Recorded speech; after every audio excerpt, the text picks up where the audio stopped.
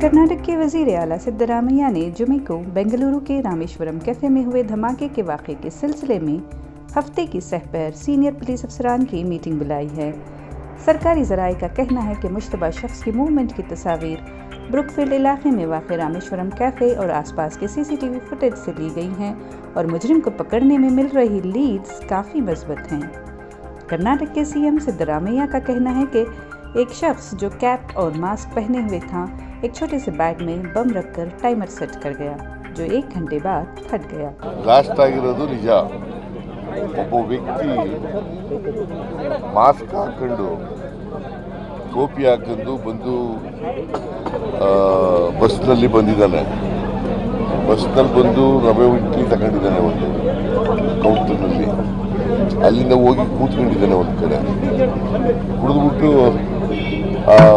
ಅದನ್ನು ಟೈಮರ್ ಇಟ್ಟೆಲ್ಲ ಇದೆಲ್ಲ ಮಾಡಿಬಿಟ್ಟು ಹೋಗಿದ್ದಾನೆ। ಸೊ ಬ್ಲಾಸ್ಟ್ ಆಗಿದೆ, ಸುಮಾರು 9 ಜನರಿಗೆ ಗಾಯ ಆಗಿದೆ, ಯಾರೆಲ್ಲ ಪ್ರಾಣಾಪಾಯದಿಂದ ಪಾರಾಗಿದ್ದಾರೆ। ಸೊ ನಾನು ನಮ್ಮ ಡೆಪ್ಟಿ ಚೀಫ್ ಮಿನಿಸ್ಟ್ರು ಮತ್ತು ಹೋಮ್ ಮಿನಿಸ್ಟ್ರು ಅವರೆಲ್ಲ ಹೋಗಿದ್ದಾರೆ। ನಾನು ಇವತ್ತು ಹೋಗ್ತೀನಿ, ನೋಡ್ತೀನಿ ಮತ್ತು ಹೋಟೆಲ್ಲು ಕೆಫೆ ಅಲ್ಲೂ ಹೋಗಿ ನೋಡ್ತೀನಿ। ಗೊತ್ತಿಲ್ಲ, ಇನ್ನೂ ಗೊತ್ತಿಲ್ಲ। ಅವ್ನ ವ್ಯಕ್ತಿ ಪತ್ತೆ ಹಚ್ಚೋಕ್ಕೆ ಸುಲಭ, ಯಾಕೆಂದರೆ ಫೋಟೋದಲ್ಲೆಲ್ಲ ಬಂದಿದೆ। ಅವನು ಬಸ್ನಲ್ಲಿ ಇಳಿಯೋದು, ತಿಂಡಿ ತಗೊಳ್ಳೋದು, ಟೋಕನ್ ಕೊಟ್ಟು ಆಮೇಲೆ ಎಲ್ಲೋ ಕೂತ್ಕೊಳ್ಳೋದು, ಆಮೇಲೆ ಅಲ್ಲೊಂದು ಬ್ಯಾಗ್ ಇಡೋದು, ಇವೆಲ್ಲ ಬಂದಿದೆ। ಕೂಡಲೇ ಪತ್ತೆ ಹಚ್ತೀವಿ। नायब वज़ीर आला और वज़ीर दाखिला जी परमेश्वरा ने कल चाय हादसा का दौरा किया। नायब वज़ीर आला डी.के. शिव कुमार ने कहा कि रामेश्वरम कैफ़े धमाके की तमाम ज़ावियों से तहक़ीक़ात की जा रही हैं। 7-8 टीमें तश्कील दी गई हैं। ये एक कम शिद्दत का धमाका था जिसमें तकरीबन 10 अफराद ज़ख्मी हुए हैं, मगर बेंगलुरु वालों को परेशान होने की ज़रूरत नहीं है। उन्होंने मज़ीद कहा कि ये नहीं बताया जा सकता कि ये हरकत किसी इदारे की है या नहीं। संजीदगी से तफ्तीश जारी है।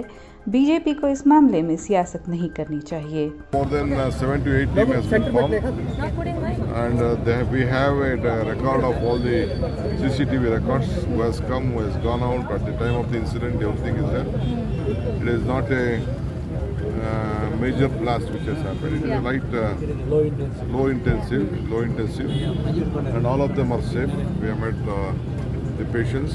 One more is in Vaidhi hospital, and we will take care of their whatever their medical care. We will take care of them, and we have handed over, and our CCB team and all our squad team will look into it.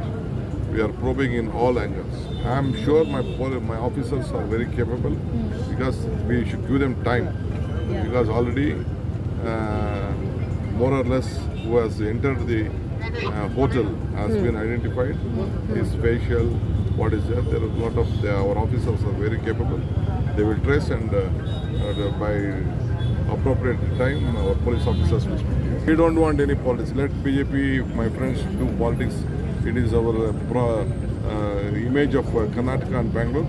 We at any cost will protect it. Bharatiya Janata Party has demanded that the state government has to hand over the investigation to NIA immediately. So I strongly demand Chief Minister Siddaramaiah ji, and also I demand Home Minister Parmeshwar ji not to delay this thing in this issue, but to bring out the facts before the people of Karnataka and urge state government to act swiftly on this issue. Bengaluru धमाका और बेंगलुरु धमाके का आपस में कोई ताल्लुक नहीं है। ಸರ್, ಈಗ ಮಂಗಳೂರು ಕುಕ್ಕರ್ ಬಾಂಬ್ ಬ್ಲಾಸ್ಟ್ ಇದಕ್ಕೂ ಸಾಮ್ಯತೆ ಇದೆ ಅನ್ನೋ ಒಂದು ಪ್ರಾಥಮಿಕ ವರದಿ ಬಂದಿದೆ ಅಂತ ಹೇಳಿದ್ರು. ಅದ್ರ ಬಗ್ಗೆ ಏನಾದ್ರು ಮಾಹಿತಿ ಸಿಗ್ತಾ? ಕುಕ್ಕರ್ನಲ್ಲಿ ಮಾಡಿದ್ದು ಇದೆ, ಬಟ್ ಇನ್ವೆಸ್ಟಿಗೇಷನ್ ನಡೀತಾ ಇದೆ ಸೀರಿಯಸ್. ಕುಕ್ಕರ್ ಬಾಂಬ್ ಸ್ಫೋಟ ಆಯಿತು ಮಂಗಳೂರಿನಲ್ಲಿ ಕುಕ್ಕರ್ ಬಾಂಬ್ ಸ್ಫೋಟ ಆಯಿತು. ಈಗ ಬೆಂಗಳೂರಿನಲ್ಲಿ LED ಬಾಂಬ್ ಸ್ಫೋಟ ಆಗಿದೆ. ಬೆಂಗಳೂರಿನಲ್ಲೇ ಇದು ಕಳೆದ 11 ವರ್ಷಗಳ ರಿಪೋರ್ಟ್ ತಗೊಂಡ್ರೆ ಸಣ್ಣ ಮತ್ತು ಚಿಕ್ಕದು ದೊಡ್ಡದು ಸೇರಿ 6 ಸ್ಫೋಟಗಳು ನಮ್ಮ ಕರ್ನಾಟಕದಲ್ಲಿ ನಡೆದಿದ್ದಾವೆ. ಇದೆಲ್ಲ ಪ್ರಯೋಗಾರ್ಥವಾಗಿ ನಡೆಸ್ತಾ ಇರುವಂಥ ಸರಣಿ ಸ್ಫೋಟದ ತಯಾರಿ ಅಂತ ನನಗೆ ಅನುಮಾನ ಬರ್ತಾ ಇದೆ. ಹಿಂದೆ ಸರಣಿ ಸ್ಫೋಟ ಕೊಯಮತ್ತೂರಿನಲ್ಲಿ ನಡೆದಿತ್ತು. ಈಗ ಆ ಥರ ಸರಣಿ ಸ್ಫೋಟದ ತಯಾರಿಯನ್ನು ಮಾಡ್ತಾ ಇದ್ದಾರೆ. ಮತಾಂಧ ಶಕ್ತಿಗಳು ಮತ್ತು ಭಯೋತ್ಪಾದಕರು ಕೈ ಜೋಡಿಸಿದ್ದಾರೆ ಅಂತ ಹೇಳಿ ನನಗೆ ಸಂಶಯ ಇದೆ. ಶಂಕಿತ ಭಯೋತ್ಪಾದಕರನ್ನೇ ಈ ಸರ್ಕಾರ ಕಾಂಗ್ರೆಸ್ ಬಂದ ಮೇಲೆ NIA ಬಂಧಿಸಿರುವ ಶಂಕಿತ ಭಯೋತ್ಪಾದಕರ ಸಂಖ್ಯೆನೇ 21 ಇದೆ. After this Congress government has come to power in Karnataka, repeated incident, whether the episode which took place in Shimoga during Tippu Jayanti, where few culprits barged into a Hindu house, they pelted stones and literally they threatened our Hindu people, Hindu community, leaders belong to Hindu community. So openly this is happening in our state, especially after Congress has come to power. And unfortunately, the attitude of the ruling Congress party, their appeasement attitude, their minority appeasement politics has stooped to such a level. Today, it is threatening the security and safety of the people of Karnataka. BJP ರಾಜಕೀಯವಾಗಿ ರಾಹುಲ್ ಕಾಲದಲ್ಲಿ ಆಗಿತ್ತಲ್ಲ, bomb blast ಎಲ್ಲ ಏನಾಗಿತ್ತು ಹಾಗೆ ಆಗಲೂ ಮುಸಲ್ಮಾನರು ಚೀಕತೆ ಮಾಡ್ತಿದ್ದಾರೆ. ಇಲ್ಲಪ್ಪ, ಈಗ ಮಂಗಳೂರು ಕುಕ್ಕರ್ ಬ್ಲಾಸ್ಟ್ ಆಯ್ತಲ್ಲ, ಆಗೇನು ಮಾಡಿದರು? ಹಾಗೂ ಶುಚೀಕರಣನ ಸುಮ್ಮನೆ ಏನೋ ಹೇಳ್ಬೇಕು ಹೇಳಪ್ಪ. ನಾನು ಯಾರು ಬ್ಲಾಸ್ಟ್ ಮಾಡೋದನ್ನ ಖಂಡಿಸ್ತೀನಿ, ನಾನು ಇವ್ರು ಬಟ್ ಅದರಲ್ಲಿ ರಾಜಕೀಯ ಮಾಡೋಕ್ಕೆ ಹೋಗ್ಬಾರ್ದು.